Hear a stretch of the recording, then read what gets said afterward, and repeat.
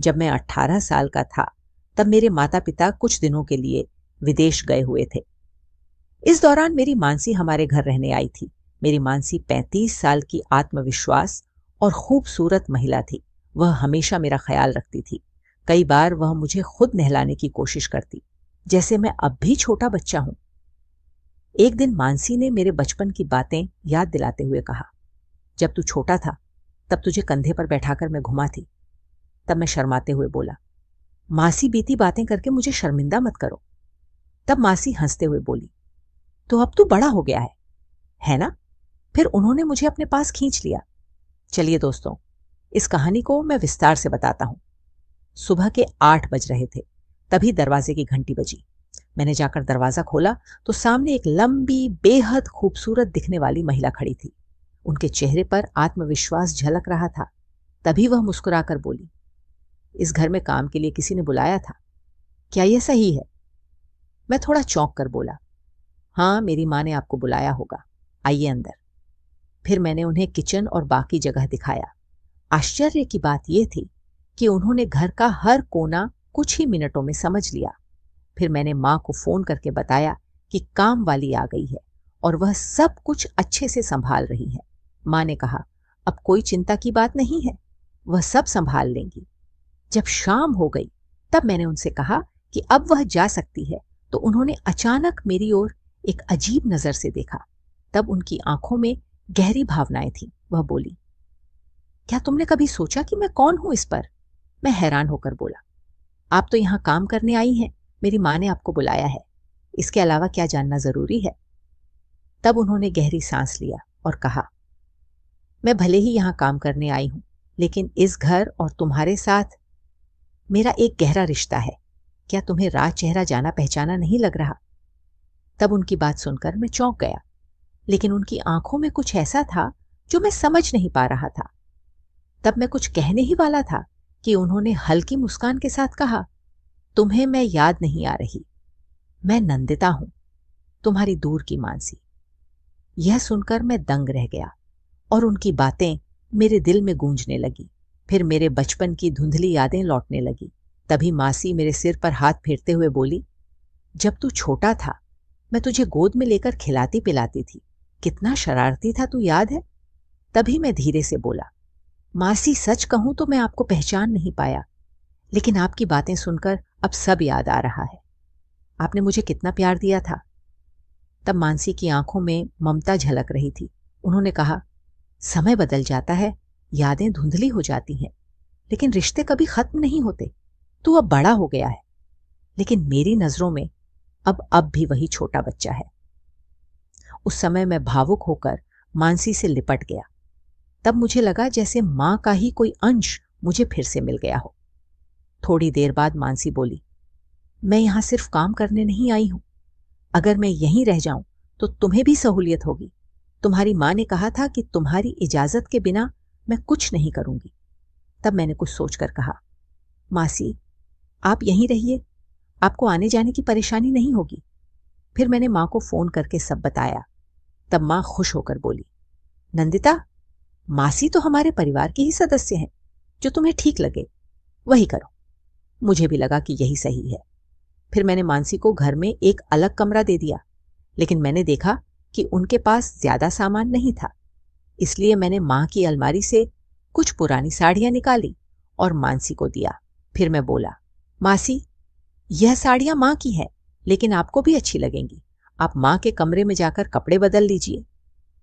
उस दिन मेरे जीवन में एक नई याद बन गई।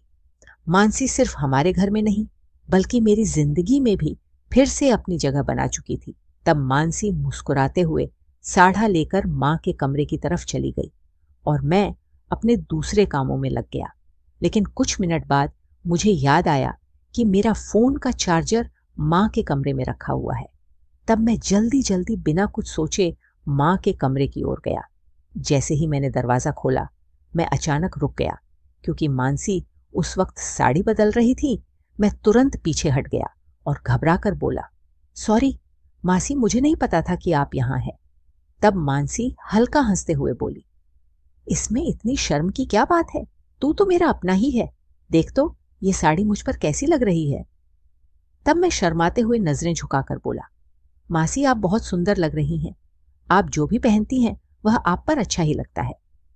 तब मानसी मुस्कुराई और कि उस मुस्कान और प्यार भरी नजरों ने मुझे याद दिलाया कि परिवार में एक दूसरे के साथ होने का कितना महत्व होता है। मानसी माँ की पुरानी साड़ी पहनकर बाहर आई। वह सादी सी साड़ी भी उनकी शख्सियत में एक अलग चमक जोड़ रही थी। वह उम्र में 35 के करीब थी, लेकिन उनका आत्मविश्वास और मुस्कान उन्हें अभी भी 25 की तरह आकर्षक बना रही थी। मैं उन्हें देखकर बोला, मासी सच में आप बहुत अच्छी लग रही हैं। ऐसा लग रहा है जैसे यह साड़ी आपके लिए बनी हो। मासी मुस्कुराते हुए बोली, तेरी यह बातें मेरे दिन को और भी खूबसूरत बना रही हैं। माँ की साड़ी तो हमेशा खास होती है, लेकिन तेरी तारीफ ने इसे और भी खास बना दिया। फिर कुछ दिन ऐसे ही बीत गए। तब तक मासी ने घर को ऐसे संभाल लिया जैसे यह उनका अपना ही घर हो। इन दिनों में मैंने उनसे बहुत कुछ सीखा। एक शाम मानसी मेरे कमरे में आकर बोली, तुझे पता है तेरा बचपन कैसा था? तू कितना शरारती था। तेरी हर छोटी बड़ी इच्छा पूरी करना ही जैसे मेरी सबसे बड़ी जिम्मेदारी थी। तब उनकी बातें सुनकर मैं हंस पड़ा। उनके साथ बचपन की यादें फिर से ताजा होने लगी। एक सुबह मानसी मेरे कमरे में आई और बोली, आरव तू हमेशा कहता है कि मैं इस घर को अपना घर समझूं, तो आज मुझे तेरा थोड़ा ख्याल रखने दो। तेरे बाल हमेशा बिखरे रहते हैं, आज मैं तेरे बाल ठीक कर दूं। तब मैं हंसकर बोला, ठीक है मासी, अगर आप इतना चाहती हैं तो मैं कुछ नहीं कहूंगा। फिर मैंने सिर झुका लिया और मानसी अपने नरम हाथों से मेरे बाल संवारने लगी। तब उनका स्पर्श मुझे फिर से बचपन की यादों में ले गया। उनके प्यार और देखभाल का एहसास फिर से ताजा हो गया। फिर कुछ दिनों बाद एक शाम में अपने दोस्तों की बर्थडे पार्टी में जाने के लिए तैयार हो रहा था। तभी मानसी आई और बोली, तू कहाँ जा रहा है? मुझे तो कभी बाहर लेकर नहीं जाता, मैं भी तेरे साथ पार्टी में चल सकती हूं। तब मैं हंसते हुए बोला, मासी आप तो इस घर को मानती है, तो जाहिर है आप मेरी जिंदगी का भी हिस्सा है। अगर आप चाहे तो किसी दिन हम साथ घूमने चल सकते हैं। मानसी मुस्कुराते हुए बोली, अगर तू कहे तो मैं आज ही तेरे साथ चलूं। इस पर मैंने कहा, ठीक है, लेकिन यह पार्टी थोड़ी मॉडर्न टाइप की होगी, आप वहां खुद को सहज महसूस कर पाएंगी। मासी ने आत्मविश्वास से कहा, क्यों नहीं, मुझे बस थोड़ा तैयार होने का समय दे। फिर मैंने मां के कमरे से एक सुंदर साड़ी निकाली और मासी को दिया। वह साड़ी लेकर कमरे में चली गई। कुछ देर बाद जब वह बाहर आई तो मैं उन्हें देखकर दंग रह गया। उन्होंने साड़ी इस तरह पहनी थी कि उनका सौंदर्य और भी निखर गया था। हल्के मेकअप में वह अपनी उम्र से कहीं छोटी लग रही थी। उनका आत्मविश्वास और खूबसूरती पूरे माहौल को रोशन कर रही थी। जब वह मेरी तरफ आ रही थी तभी अचानक उनकी सैंडल फिसल गई और वह लड़खड़ा गई। तब मैंने तुरंत उन्हें संभालने की कोशिश किया, लेकिन उस पल के बीच एक अजीब सी खामोशी छा गई। लेकिन मानसी जल्दी ही संभल गई और अपनी सैंडल उतारकर एक तरफ रख दी। तब मैं हंसते हुए बोला, मासी आप सच में बहुत अच्छी लग रही हैं, लेकिन कृपया हील्स मत पहने, आपको संभालना पड़ेगा। इससे मासी मुस्कुराकर बोली, ठीक है आरव, मैं फ्लैट सैंडल पहनकर चलूंगी। फिर हम दोनों गाड़ी में बैठकर पार्टी के लिए निकल पड़े। रास्ते में मैंने देखा कि मासी के चेहरे पर एक अलग सी खुशी थी। जब हम पार्टी में पहुंचे तो मेरे दोस्तों ने मासी को देखकर उन्होंने मेरी गर्लफ्रेंड समझ लिया। मैं उनकी गलतफहमी दूर करने की कोशिश करता रहा, लेकिन मानसी बस हल्की मुस्कान के साथ सब कुछ मजाक में उड़ा रही थी। उस दिन मैंने महसूस किया कि मासी सिर्फ मेरी मां की बहन नहीं है, बल्कि मेरे जीवन का एक खास हिस्सा भी है। पार्टी के बाद जब हम घर लौट रहे थे तो मासी मुस्कुराते हुए बोली, आरव आज का दिन सच में बहुत खूबसूरत था। बहुत दिनों बाद मैंने खुद को अलग महसूस किया। ये सब तेरी वजह से हुआ। मैंने बहुत अच्छा समय बिताया। मैं हंसकर बोला, मानसी तुम भी तो घर को प्यार और अपनापन से भर देती हो। तुम्हारे साथ समय बिताना मेरे लिए भी बहुत खास होता है। फिर थोड़ी देर बाद मैंने मस्ती में पूछा, मासी तुमने सबको क्यों कहा कि तुम मेरी गर्लफ्रेंड हो? मासी हंसकर बोली, जब तुम्हारे दोस्तों ने मुझे तुम्हारी गर्लफ्रेंड समझा तो तुम्हारे चेहरे के हाव भाव देखने लायक थे। तुम भी उनकी इस गलतफहमी में मजा ले रहे थे। इसीलिए मैंने भी इसे बनाए रखा। लेकिन अगर तुम्हें बुरा लगा हो तो सॉरी। फिर उन्होंने हल्के से कहा, मैं तो तुझे तब से जानती हूं जब तू सिर्फ 1 साल का था। तेरी हर 1 साल का था, तेरी हर 1 साल का था, तेरी हर 1 साल का था, तेरी हर 1 साल का था, तेरी हर 1 साल का था, तेरी हर 1 साल का था, तेरी हर 1 साल का था, तेरी हर 1 साल का था, तेरी हर ए साल का था, तेरी हर ए साल का था, तेरी हर ए साल का था, तेरी हर 1 साल का था, तेरी हर 1 साल का था, तेरी हर 1 साल का था, तेरी हर 1 साल का था, तेरी हर 1 साल का था, तेरी हर 1 साल का था, तेरी हर 1 साल का था, तेरी हर ए साल का था, तेरी हर ए साल का था, तेरी हर 1 साल का था, तेरी हर 1 साल का था, तेरी हर 1 साल का था, तेरी हर 1 साल का था, तेरी हर ए साल का था, तेरी हर 1 साल का आदत। मुझे पता है, लेकिन चलो अब हम दोस्त बन सकते हैं। उम्र में मैं बड़ी हो सकती हूँ, लेकिन दोस्ती में कोई उम्र की सीमा नहीं होती। इस पर मैं हंसकर बोला, अगर हम दोस्त हैं तो मैं अब तुम्हें मानसी नहीं बुलाऊंगा, तुम्हारा नाम लेकर पुकारूंगा। इस पर मासी ने मुस्कुराते हुए कहा, ठीक है, अब से तुम मुझे सीधे नंदिता कह सकते हो। जब उन्होंने यह कहा तो उनके चेहरे पर हल्की शर्मीली मुस्कान थी। उस पल मुझे लगा कि हमारे रिश्ते ने एक नया मोड़ ले लिया है। फिर हम ऐसे ही हंसी मजाक करते हुए घर आ गए। अगले दिन सुबह जब मैं कॉलेज जाने के लिए तैयार हो रहा था तो यह सोचकर परेशान था कि कौन सी शर्ट पहनूं। तभी नंदिता कमरे में आई और बोली, तुम अपनी मां को फोन क्यों कर रहे हो? मैं हूं ना, जो भी चाहिए मैं मदद कर सकती हूं। फिर उन्होंने मेरे लिए एक शर्ट निकाली और कहा, यह पहन लो, तुम पर बहुत अच्छी लगेगी। उनकी पसंद मुझे बहुत अच्छी लगी। उस दिन जब मैं कॉलेज गया तो मुझे खुद में एक नई आत्मविश्वास महसूस हुआ। ऐसा लगा जैसे उनके साथ यह नई दोस्ती मुझे और भी अच्छा इंसान बना रही है। फिर रात में जब मैं पढ़ाई कर रहा था तो नंदिता आई और बोली, तुम बहुत थके हुए लग रहे हो, आओ मैं तुम्हारे सिर में तेल लगा दूं। उनकी इस बात में एक अलग तरह की गर्माहट और देखभाल की भावना थी। फिर जब उन्होंने मेरे बालों में उंगलियां फेरनी शुरू किया तो मैं पूरी तरह से खुद को शांत महसूस करने लगा। तब उनका हल्का स्पर्श जैसे मेरी सारी थकान मिटा रहा था। मुझे याद नहीं कि मेरी मां ने कभी इस तरह मेरे सिर पर हाथ फेरा हो। वह हमेशा अपने कामों में व्यस्त रहती थी, लेकिन आज नंदिता ने अपने स्नेह और देखभाल से मुझे एक अनोखी शांति दी कि मैं उनकी गोद में सिर रखकर गहरी नींद में सो गया। सुबह जब मेरी नींद खुली तो मैंने देखा कि नंदिता मेरे पैरों के पास लेटी हुई थी। यह देखकर मुझे अजीब लगा। मैंने उन्हें जगाया और हैरानी से पूछा, तुम यहां मेरे पैरों के पास क्यों सोई हो? तब वह हल्का मुस्कुराई और बोली, कल रात जब मैं तुम्हारे सिर में तेल लगा रही थी तो मुझे भी नींद आ गई और मैं यहीं सो गई। तब उनके चेहरे पर एक शांति थी, लेकिन उनकी आंखों में हल्की उदासी भी झलक रही थी। फिर उन्होंने मुझसे एक सवाल किया जिसने मुझे सोचने पर मजबूर कर दिया। कल जब मैंने तुम्हारे कंधे पर हाथ रखी तो तुम तुरंत सो गए। क्या तुम्हारी मां कभी तुम्हारे सिर की मालिश करती थी? क्या वह तुम्हें समय देती थी? तब मैंने बिना सोचे समझे कहा, नहीं, ऐसी कोई बात नहीं है। मेरी मां हमेशा मेरा ख्याल रखती है। हालांकि सच्चाई यह थी कि मेरी मां अपने काम में इतनी व्यस्त रहती थी कि उन्होंने कभी मेरे साथ इस तरह का समय बिताया ही नहीं था। लेकिन मैं यह मानना नहीं चाहता था, इसलिए मैंने झूठ बोल दिया। नंदिता ने हल्के से सिर हिलाया और बिना कुछ कहे कमरे से बाहर चली गई। कुछ ही देर बाद हम दोनों नाश्ते की तैयारी कर रहे थे कि अचानक दरवाजे की घंटी बजी।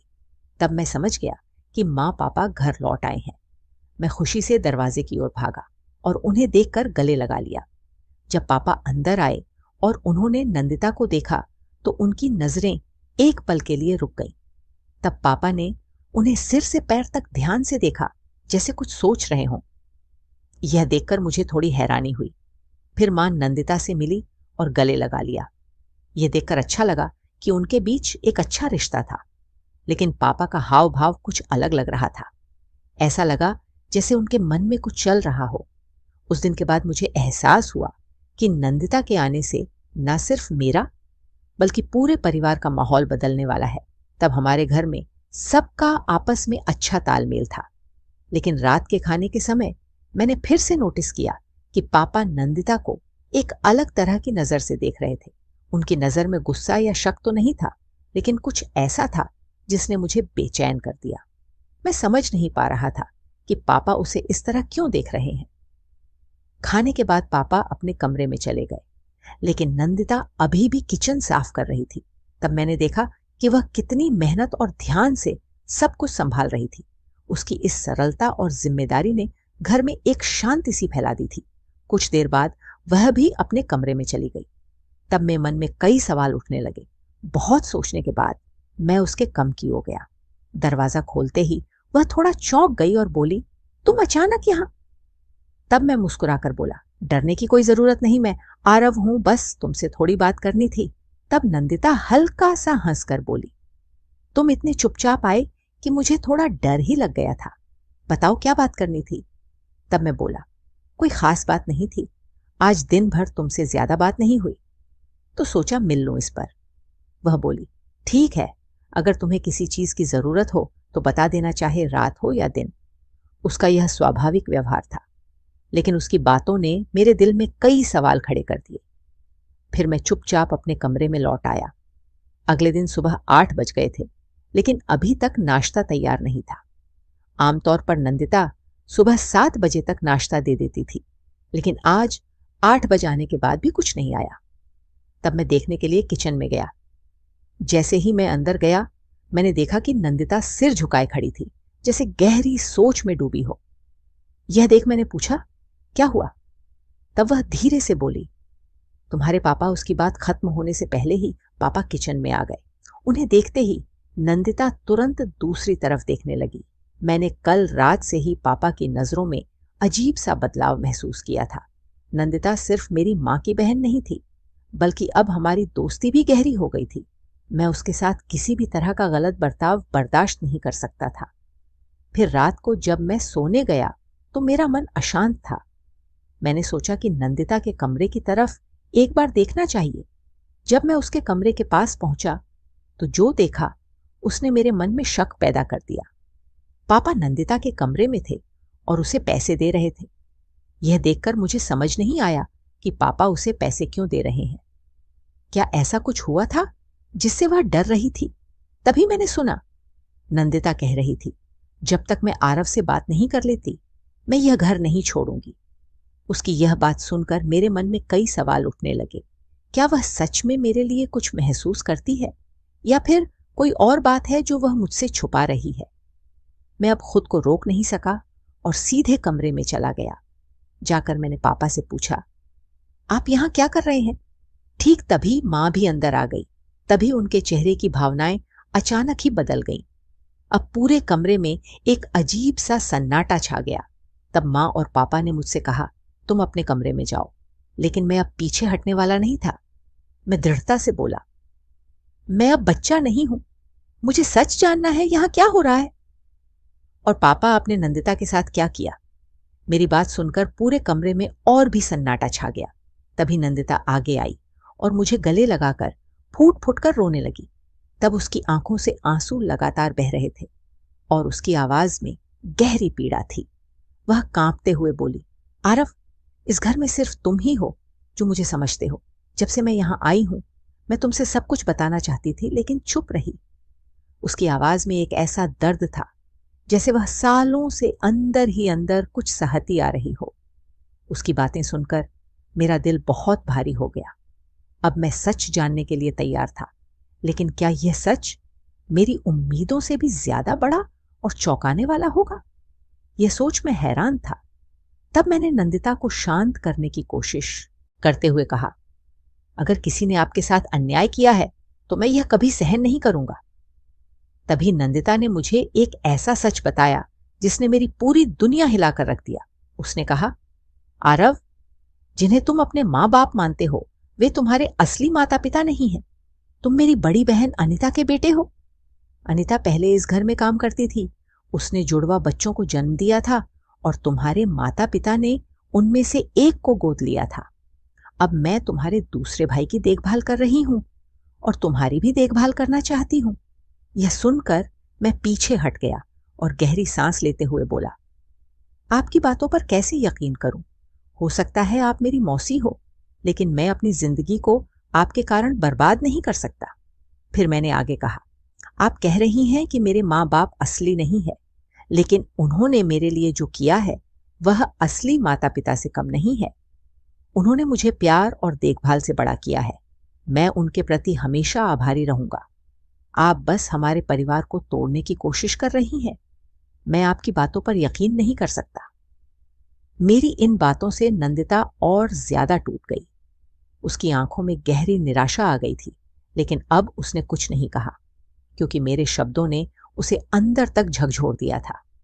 तब मेरे माता पिता ने फैसला किया कि नंदिता को पुलिस के हवाले कर देंगे, लेकिन मेरे जुड़वा भाई की वजह से वह कुछ राहत पा सकी, क्योंकि वह वर्षों से उसकी देखभाल कर रही थी। पापा ने बताया कि मेरा भाई सही राह पर नहीं था, क्योंकि नंदिता ने उसकी ठीक से परवरिश नहीं की। उसे सही संस्कार और शिक्षा न देने के कारण वह गलत रास्ते पर चला गया था। चोरी, बुरी संगत और पैसे के लालच में किसी के घर आने जाने की आदत उसकी जिंदगी बन गई थी। कुछ साल पहले जब मां हमें छोड़कर चली गई थी, तब भी नंदिता ने जिम्मेदारी नहीं उठाई। पापा ने आगे यह भी बताया कि नंदिता पहले भी उनसे पैसे लेती रही थी, लेकिन उसने कभी उन पैसों का सही उपयोग नहीं किया। अगर वह उस पैसे और मौकों की कदर करती तो आज मेरा भाई एक अच्छा इंसान बन सकता था। इस बार भी जब वह पैसे मांगने आई तो पापा ने कड़े शब्दों में कह दिया, नंदिता, अब हम तुम्हारे किसी भी ब्लैकमेल को बर्दाश्त नहीं करेंगे। तुम्हें हमारी जिंदगी से दूर जाना होगा। इसके बाद मां और पापा ने नंदिता को हमेशा के लिए घर से निकाल दिया। अब उसके लिए मन में कोई सहानुभूति नहीं बची थी, क्योंकि उसका झूठ उजागर हो गया था और वह सिर्फ एक स्वार्थी इंसान बनकर सामने आई। जब मेरे माता पिता ने मुझे गोद लिया था, तब उन्होंने नंदिता को भी पैसे दिए थे, लेकिन उसने उनका सही इस्तेमाल नहीं किया। अगर नंदिता ने मेरे भाई की सही परवरिश की होती तो शायद उसकी जिंदगी कुछ और होती। लेकिन मेरे माता पिता ने कभी हार नहीं मानी।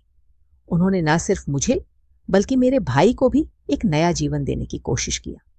आखिरकार उनका फैसला सही साबित हुआ। उन्होंने नंदिता को हमारी जिंदगी से दूर कर दिया। इस घटना के बाद मैं अपने माता पिता का और भी ज्यादा सम्मान करने लगा। उन्होंने मुझे और मेरे भाई को जो सुरक्षा और प्यार दिया वह बेमिसाल था। अगर नंदिता का झूठ समय पर उजागर न हुआ होता तो शायद मैं भी उसकी साजिश का शिकार हो जाता। इस पूरी घटना ने मुझे एक गहरी सीख दिया। परिवार और रिश्ते ही असली ताकत होते हैं। पैसा और लालच कुछ समय के लिए सुख दे सकते हैं, लेकिन रिश्तों की असली कीमत बहुत गहरी होती है। यह सिर्फ एक घटना नहीं थी, बल्कि एक सीख थी जिसने मेरी जिंदगी की सोच बदल दी। नंदिता हमेशा अपने स्वार्थ के बारे में सोचती रही, लेकिन उसने कभी यह नहीं समझा कि सच्चे रिश्ते क्या होते हैं। जिंदगी में कई बार हम ऐसे लोगों से मिलते हैं जो सिर्फ अपने फायदे के लिए रिश्ते निभाते हैं, लेकिन मेरे माता पिता ने हमेशा सिखाया कि रिश्ते प्यार और विश्वास पर बनने चाहिए। जब नंदिता का असली चेहरा सामने आया, तब मुझे एहसास हुआ कि मेरे माता पिता ने मुझे और मेरे भाई को हमेशा प्यार और देखभाल दिया और हमें वही जिंदगी दी जिसके हम हकदार थे। इस घटना ने मुझे सिखाया कि जिंदगी को खूबसूरत बनाने के लिए रिश्तों में ईमानदारी और विश्वास जरूरी है। स्वार्थ और झूठ से कोई भी रिश्ता नहीं टिक सकता। तो दोस्तों, यह थी हमारी आज की छोटी सी कहानी। आपको यह कहानी कैसी लगी कमेंट करके जरूर बताएं। अगर आपको यह पसंद आई हो तो इसे लाइक करें और अपने दोस्तों के साथ शेयर करें। आगे भी ऐसी ही रोमांचक कहानियों के लिए हमारे चैनल को सब्सक्राइब करें और बेल आइकन दबाना ना भूलें, ताकि आप हमारी कोई भी कहानी मिस ना करें। धन्यवाद।